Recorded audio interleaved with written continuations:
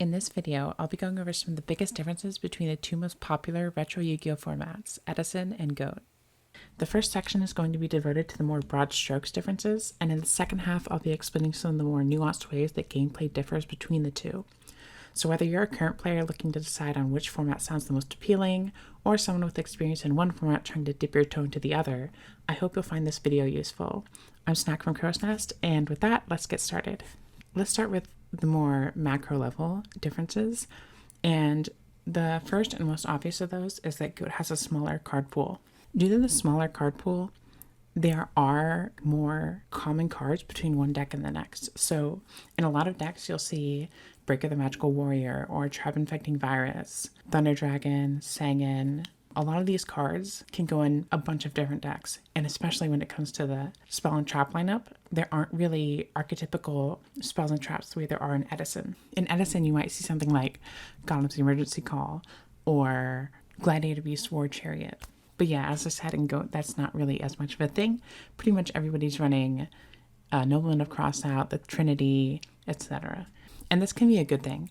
I think a lot of Goat players appreciate that when they're getting into the format, they don't have to memorize a bunch of interactions. In Edison, you have to know even really niche things like how does Full Home Knight interact with Raikou, and you might not encounter X-Sabers that often at all. Or how does Gemini Spark work?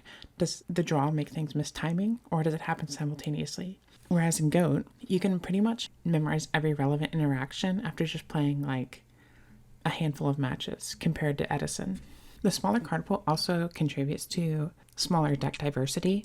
In Edison, there's like 10 different decks, all that are like potentially able to win tournaments. Whereas in Goat, it's generally about, I would say, like 5. You have Goat Control, Chaos Control, Warriors, Chaos Turbo, Panda Burn, and then maybe a few others like Cold Wave Monarchs or Reasoning Gate or something like that.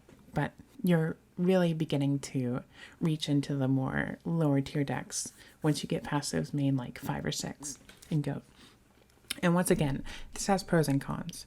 In Edison, it's really difficult to, number one, construct a sideboard to be prepared for all the different decks that you might face. And for that reason, you might just end up getting eliminated from a tournament based on a random deck that you never expected to see, like Norlaris or something. Whereas in Goat, you can say, okay, I'm devoting 3 cards to Burn, 3 cards to Warriors, 3 cards to Chaos Turbo, etc. So you can feel more prepared for the meta when you're playing Goat. But in Edison, obviously, having greater deck diversity allows for more expression as a player. You're not kind of limited to the same decks. And like I said earlier, there's lots of crossover in card pool between deck to deck. So even if you're playing Chaos Control versus Chaos Turbo, the two decks are actually fairly similar. The main difference is Metamorphosis and trying to make Thousand Eyes restrict. But yeah, even the decks that are different in Goat are a lot more similar than decks in Edison, where like there's like 10 different frog decks and they're all kind of considered the same deck. And another thing is, despite the fact that Goat has fewer decks total, there's still a good spread of archetypes of decks. You still have a Burn deck in Panda Burn, which is also like fairly aggro. You have combo decks like Reasoning Gate or even like Empty Jar Library. You have even Chaos Turbo is almost a combo deck, at least relative to the Goat era. You have Chaos Control and Goat Control, which are the more control decks, obviously. And then you have Warriors and Earth aggro, which are the more aggro decks. So even though you have fewer decks, there's still a variety of ways to play the game, and you should be able to find something that suits the way you enjoy playing card games. I think I've gone long enough without mentioning the Trinity, or going into it deeply. Those are Graceful Charity, Pot of Greed, and Delinquent Duo. These are pretty much universally considered the best cards in the format. And that's saying a lot in a format that also has like Premature Burial and Snatch Steal. But I think that just like everything else, there are pros and cons to having the Trinity. First of all, it means that you get to see more of your deck a lot of the time. Having Pot of Greed and Graceful Charity means that you do get to dig through your deck pretty deeply, whereas in Edison, sometimes you'll only get to see like the top 6 or 7 cards of your deck if your opponent's really putting a pressure on you. I think it's easier to make comebacks with the Trinity cards. You can be down on card advantage by like 3 or 4 cards, and then, pot into graceful, and then suddenly you're back in the game. Some might see this as a positive and others might see it as a negative. In Edison, it's much harder to come back from a situation like that. And people might think, well, I earned the advantage, so I don't want to be giving it up to some card that you just drew off the top of your deck. But I think there's some fun to the randomness. That's obviously why we play card games. Also, Carpath actually just talked about this in a video that he released, which is that the first turn draw matters so much in Edison, going first, where I think in Goat, who goes first doesn't matter as much as what cards you draw, which can kind of feel fun, I think. It's a different kind of randomness than the die roll. And also there's more skill involved in that because it's not just the cards you draw, it is also how you use them. Often people make it seem like these cards are like no brainer, just slam them down. But duo, if you draw it in like the mid to late game, it might be smarter to hold on to it. Like if you know that they've already found Thunder Dragon, you might not want to duo because like you're likely to just get the 2 Thunder Dragons out of their hand. Or if they only have 1 card in their hand, it might be best to try and wait and get the full value out of the card. Or you might just have too few life points to be worth throwing away 1,000 on duo. And then sometimes you'll open graceful, and like let's say you're playing Chaos Turbo, and like your hand is all spells and traps. It's often correct to wait to get a flip monster in the grave or something, or find Thunder Dragon, so that you have like discards that don't really matter and get the full value out of Graceful Charity. So with those 2 cards, there is more skill than people let on with activating them. And even just using Graceful Charity in Warriors, even if you are going to slam it, the cards that you discard does take skill. There is a choice involved. So even though these cards are extremely powerful in between 2 really, really skilled duelists, it is probably going to come down to who found the most Trinity pieces fastest. It's not quite as cut and dry as people might make it seem without actually playing Goat format. And that's something that I think a lot of people, I think Carpath might have mentioned this also in the video where he ranked all his formats. If it wasn't him, it was someone else. And that is, Goat is much, much better in practice than it might seem in theory. I think a lot of people see the card pool and they see the decks that are topping and they just think that it looks boring. But I think that a lot of people, if you just gave the format a shot and played 5 to 10 matches or something, you'll probably find something redeeming about it. You might not, and you might just not be the format for you, but I found that it greatly exceeded my expectations. The other thing about the Trinity is that the duels typically in Goat format are slow enough that both players usually find 1 or 2. It's pretty rare for someone to just find all 3 and then you find none. It will happen every once in a while, but the game is slow enough that you get to draw through a good portion of your deck and find these power bomb cards. Even though you have these like 3 cards, these 3 spells that are much more powerful than the rest of the cards in the format, that's just going to be true of every format.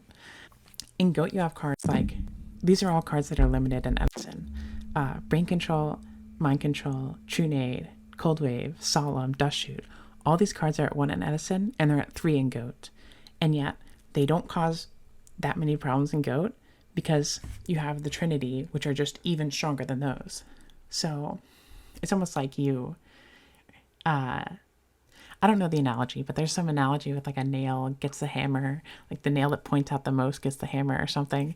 That's pretty much what's going on, where the Trinity cards are the most powerful, so they get hammered down, and then they just become the level of everything else. Hammered down in the sense by getting banned, but then everything else that is still sticking up, those become the new power cards. Whoever draws Brain Control, whoever draws Trap Dust Shoot, whoever draws Cold Wave or Future Fusion or Heavy Storm. You're always going to have cards that are stronger than others, and that's part of what makes card games fun, as I was saying earlier. I think the real mindset that helps is just to accept that these cards exist and prepare for them. Don't ever feel like you're so far ahead in Goat that your opponent can't make a comeback. Have a plan for them to draw a pot off the top, you know? Another difference between Goat and Edison is that there's just generally fewer special summons in Goat. I think that means that tempo tends to matter a bit more. You have decks like Warriors, which like don't special summon like at all outside of BLS, Premature Burial, and Call the Haunted. And it's just basically a deck that says, I'm going to kill you before you can get to do anything. And it's a deck that's all about tempo. I'm kind of 1-for-1 trading with all of your stuff and keeping my monsters on the board, and you can't keep yours on the board. So you can have a deck like that that just functions that way. Whereas in Edison, even the deck that fits that mold the most, like Hero Beat, is like actually using Miracle Fusion, splashing Miracle Fusion in the deck a lot of the time. Or these days, often running Deep Sea Diva. So players who enjoy playing on a tempo basis might enjoy playing a deck like Warriors in Goat. And also you have decks, you have cards like Wing Blast, which are used more of a tempo way than they are in Edison, to like spin foot monsters back to the top of the deck. And that's like setting somebody back an entire turn. These foot monsters are such a huge part of Goat format that the normal summon matters, I think, even more than it does in Edison. Also, I think stat lines matter more. You notice that Gravekeeper Spy is like a legitimate problem in Goat format, just because it has 2,000 defense. And it's funny because in Edison, pretty much every deck has access to something that can beat over Spy through the extra deck. Or, if not that, probably Caius or something. Whereas in Goat, like, having something over 2,000 is usually going to be a Chaos monster. That's just something to think about, is that the stats that matter are different. And that all comes back to the normal summon monsters being a bigger part of the game. So I think those are some of the larger scale differences that I wanted to highlight. So now I guess I'll get into the really nitty gritty nuanced stuff. Like if you've played one, maybe some like advice on how to play the other, what's different, what you need to keep in mind when you're exploring the other format. And you can translate this if you're a Goat player to Edison or an Edison player, translate it to Goat. So one thing that's definitely different between the two is that in Goat, people are bluffing back row all the time. You often see Nobleman of Crossout getting set in the back row as a bluff, because it's a card that's not always going to be live. Your opponent's not always going to have a set monster. But especially in Warriors, you want to set monsters to make Blade Knight have more attack. And I think the reason why this is such a thing is you don't have to worry about Raikou. In Edison, if you set a back row, there's a good chance it's going to get picked off by a Raikou down the road, and you won't have an ability to... You're just wasting a card, essentially. The other thing is, Gores in Edison, if you're setting back row like Avarice or something, that means that you're resigning yourself to the fact that if I draw Gores, it's going to be dead until I can get this Avarice off. And your opponent won't have to fear it either. If they've seen a card that's been sitting in the back row doing nothing for turn after turn, they can kind of just attack you directly and not fear Gores. So for that reason, you generally don't bluff your back row as much in Edison, and I think that actually is another reason that contributes to why Dust Street is so strong in Edison compared to Goat. In Goat, you have people bluffing their back row so much that people might not have 4 in hands. In fact, in the gameplay that I have playing on this video, I do that a lot. I'll like set a spell in the back row so that I know that I won't draw into 4 and make Dust Shoot live for my opponent. Whereas in Edison, that's a much riskier play. And to go along with that, setting spells, I think you have to be prepared to see people do a pro storm or a pro heavy in Goat far more often, especially with people playing Jar of Greed is more common, and with 3 Solemn, you'll often see people set 2 heavy and Solemn, and they don't have to worry about the heavy getting picked off generally, except by like Breaker or MST, which is pretty rare. I guess Dust Tornado too, but you might not pro set heavy against Warriors as much for that reason. But you often see people set heavy with Solemn or set heavy with Jar to bait the opponent into setting their back row. And it's just something you have to worry about. It does happen in Edison, but I think for the reasons that I mentioned before, it's far less common. Another difference, there's like 2 cards that I think exemplify a lot of the major differences between the 2 formats. The first one is Book of Moon. In Goat format, this is like more of a late game card. You save Book of Moon often to counter Chaos Sorcerer, Thousand Eyes Restrict, Ring of Destruction, or Snatch Steal. You want to be able to, especially with your Chaos Monsters, if you drop a BLS or a Chaos Orc, you often will set book behind it so that your opponent can't steal it for themselves with Snatch Steal, or just banish it with Chaos Orc, or steal it with Thousand Eyes, obviously. But if you set book behind it, it's like a way to actually protect your monster. Whereas in Edison, I think book is used more of like a multi-purpose back row. It just has so many uses, even though it's a neg 1 technically. Having chainable back row that you can use in a variety of different ways is pretty valuable, just for its being a Swiss Army knife, essentially.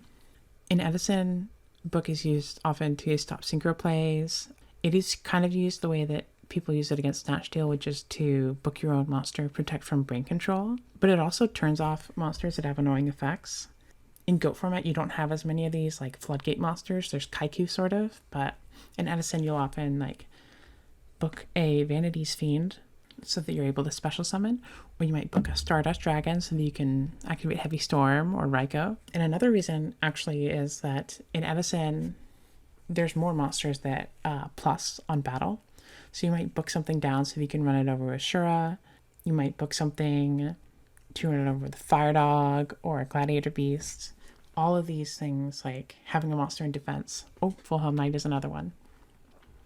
All these cards really want to be able to run over your opponent's monsters, so having book for that reason is another good one. And also you have Honest and Collude, which don't work when they're in defense position, so book can be used in those situations, or against Cataster. But yeah, it's just generally, you can also use it to protect your monsters from running into a deep prison and getting banished. So there's many different reasons why people play book in Edison, and it's definitely not as much of a, I need to save this for the late game so that I can make sure my Chaos Monster sticks. Of course, people aren't running Chaos Monsters in Edison, but it's like, you're not using it to protect your monsters as much. The other card that I think really encapsulates some of the major differences is Phoenix Wing Wind Blast. As I mentioned earlier, Goat cares so much more about tempo, and you often use Wing Blast to hit flip monsters, or just to clear the way to attack directly, and then you're just up life points and your opponent is drawing back into something they already had. And the other thing is, with Wing Blast in Goat format, you often will have free discards in the form of Thunder Dragon, Sinister Serpent, Night Assailant. All these cards are like literally free, so you just get a great trap effect for like no cost. Whereas in Edison, I think Wing Blast, it does get used in these ways. These are obviously not like rigid differences. Both for book and Wing Blast, you see them used in all the applicable ways. No one's like tunnel visioning into only the Edison use case for this card. But in Edison, I think you see Wing Blast often in decks like Diva Zombie, where you might actually save Wing Blast. Don't spend it on monsters, and save it so that you can chain it to a Royal Oppression that would have stopped your combo.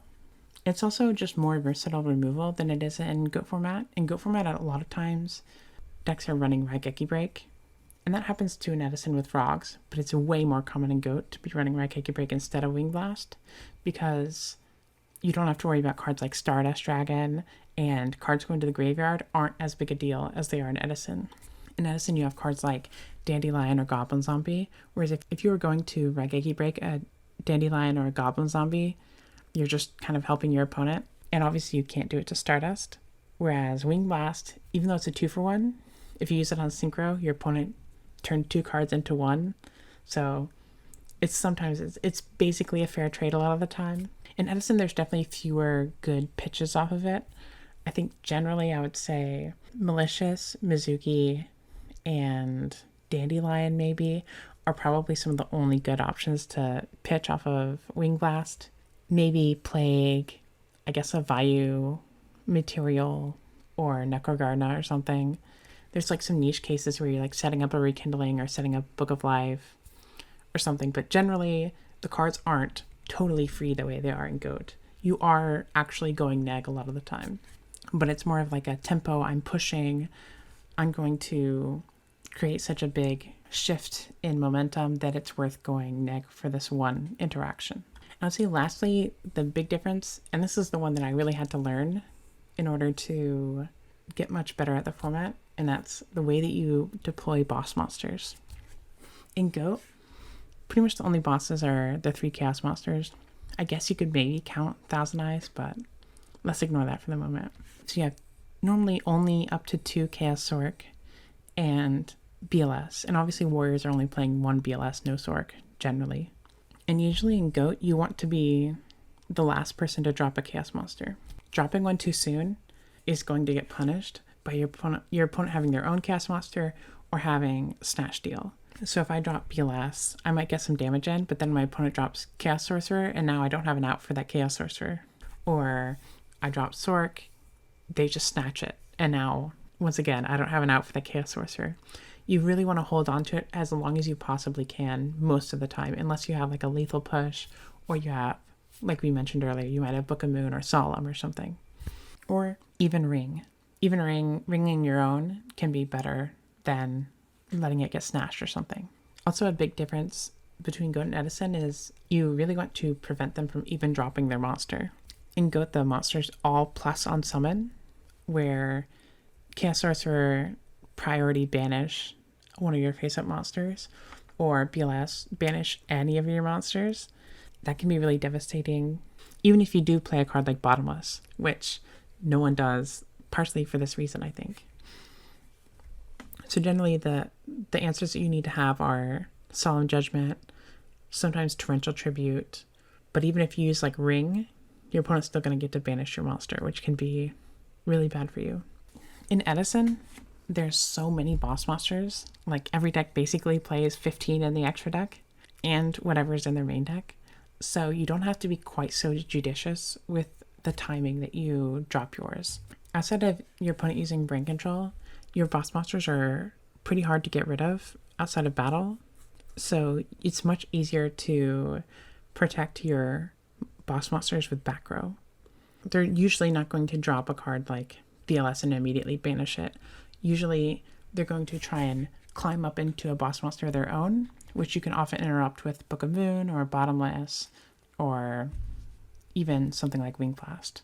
And often, even when they are climbing up through to find their own Synchro Monster, that Synchro Monster has to be on the field for a while. So even something like Colossal Fighter is often the only out to a card like Titanial. Well, you're safe as long as you have Mirror Force or Dimensional Prison. Inherent summons are a lot more difficult to defend against, which is why in Edison some of the strongest boss monsters are Dark Arm Dragon and Judgment Dragon, because with priority, you don't really have much time to prevent what they're doing. They're going to either blow up the field or blow up one of your cards. Another reason why you can be more cavalier with your boss monster summons in Edison format is that oftentimes they'll protect themselves, like in the form of Stardust or Titanial. These monsters are really hard to get rid of, especially if Titanial has like tribute fodder outside of herself. So you don't really have to be as careful. Your opponent's going to have to expend a lot of resources to out them often. And the other thing is you have cards like Archlord Christia or Absolute Zero, which if your opponent outs them, they've probably spent a lot of cards doing it. Or in the aftermath, in the case of Absolute Zero, it's going to destroy whatever they outed it with a lot of the time. So you can usually summon them in the early game and apply pressure right away rather than holding onto it and trying to be the final person to drop it and get into a low resource game state where your boss monster is like one of the only cards that either player has. That's pretty much everything that I wanted to go over today. There's definitely a lot of things that I didn't touch on, but these are some things that would have helped me if I had heard them in the latter half. And if you're looking into them, hopefully I provided a unique perspective on some of the macro differences. But if you enjoyed this video, please give it a like and potentially subscribe to the channel. Check out Carpath. I mentioned he talked about some of the things in this video. And adios.